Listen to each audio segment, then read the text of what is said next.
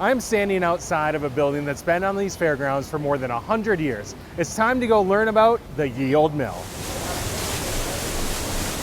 So my great-grandfather built the ride. They opened in 1915. He hired a company out of Philadelphia called the Philadelphia Toboggan Company to help him design it and create the ride.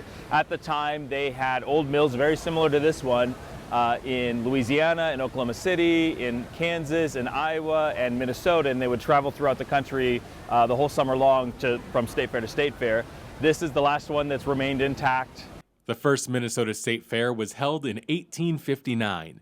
And then, in 1885, after years of moving around, the fair settled into its current location. It wasn't long after that, in 1915, that the Ye Olde Mill opened as a Tunnel of Love style attraction. This year, the mill is celebrating 100 years, and Joe and his family are relishing every moment. The 100th anniversary is really kind of remarkable.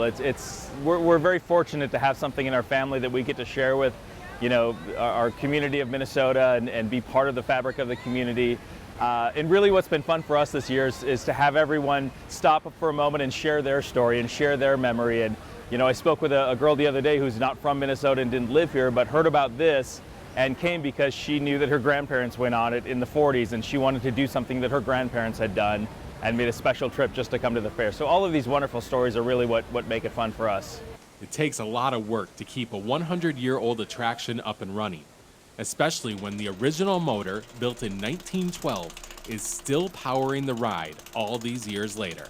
It's a lot of work. All the boats are the original design. They last about 6 to 8 years. They're all handmade, so we're constantly doing 1 or 2 boats every summer. It's the original electric motor that's from 1912 that needs to be overhauled and refurbished, most of the original mechanics. So there's a lot of work that goes into it, and then a fresh coat of paint on everything, and it takes a good bit of time.